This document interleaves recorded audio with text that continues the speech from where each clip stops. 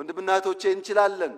የምንችለው በጠራ ሐሳቤ ከግል ፍላጎት ባሻገር ለወል መሻት የምንተጋ ከሆነ ነው። እንኳን ዛሬ በ21ኛው ክፍለ ዘመን የዛሬ 155 ዓመት ገደማ ህልም ያላቸው ሰዎች በምዕራብና በምስራቅ መካከል ያለን ጋሬጣ፣ ያለን ተራራ፣ ያለን መሰናክል አፍርሰው ድልድይ ለማድረግ ወሰኑ።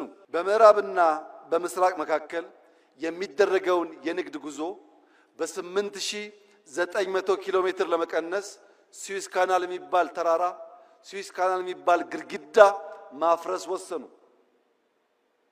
ስዊስ ካናል 193 ገደማ ኪሎ ሜትር ነው። ያን ሲወስኑ እንደዛሬ በቂ ማሽን አልነበረም። እንደዛሬ የሚመች የኮንስትራክሽን አቅም አልነበረም። ብዙዎች ሞተዋል ያን ለማሳካት። ሲያልቅ ግን 8900 ኪሎ ሜትር የ10 ቀን ጉዞ በምዕራብና በምስራቅ የዓለማችን ክፍል አሳጥሯል። ለምን? ንግድ ወሳኝ ነው። ለንግድ የሚመች መንገድም ወሳኝ ነው። በኢትዮጵያና በህንድ መካከል ድልድይ እንጂ ዳገት አልነበረም በታሪካችን። ለዚህም ባህላችን በርካታ ነገሮቻችን ይተሳሰራሉ። ዛሬ የኛ የሆነውን ቀይ ባህር መልሶ ለመጠየቅ የሚሰጋ የሚጠራጠር ትውልድ መፈጠሩ የስነ ልቦና ስብራት አካል ነው። አንችልም ብሎ ነው የሚያስበው። እኔ ላረጋግጥላችሁ እወዳለሁ፣ ኢትዮጵያ ትችላለች። የዛሬ 155 ዓመት ስዊስ ካናል በጀግኖች ልጆቻቸው መስዋዕትነት ያሳኩ ሰዎች ዛሬ እፎይ ብለው በአመት በትንሹ 10 ቢሊዮን ዶላር ላፍ ያደርጋሉ። ስዊስ ካናል ሲሰራ እዚህ ኢትዮጵያ ውስጥ ወይም ደቡብ አፍሪካ ወይም ናይጄሪያ የሞቱ ሰዎች ነበሩ። ሰው ይወለዳል፣ ይሞታል፣ ግን ታሪክ የላቸው።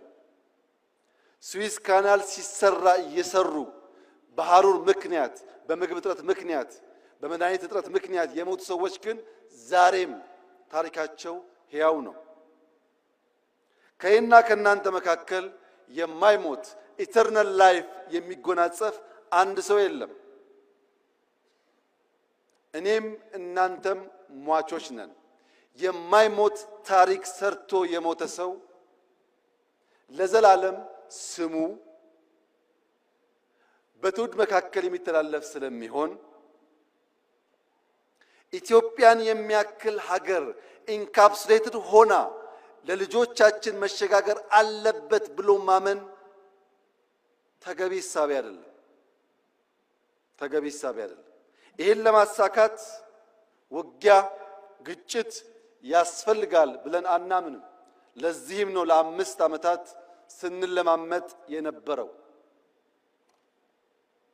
አሁንም በሰላም በዓለም ሕግ መሰረት ኢትዮጵያን ከዘጋት በርና ድሃ ካስባላት መጠሪያዋ መገላገል አለባት ብለን ስለምናምን በየትኛው መድረክ ከኢትዮጵያ ጋር በሰላማዊ መንገድ ለመነጋገር የሚፈቅድ አካል ካለ እጃችን ከምን ጊዜውም በላይ የተዘረጋ ነው። ነገር ግን ኢትዮጵያ የጂኦግራፊ እስረኛ ሆኗ ለዘላለም ትኖራለች ብሎ የሚያስብ ኢትዮጵያዊ ካለ እርሱ የሞተ ነው። ሰላም ታስቀድማለች፣ ደህንነትን ትፋለማለች፣ መውጫ መግቢያ በሯን ታበጃለች።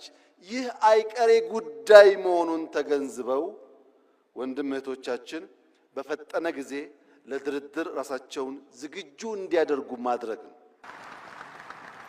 ይሄ መንገድ የአቅምና የአቋም ድማሮ ስለሚያመጣ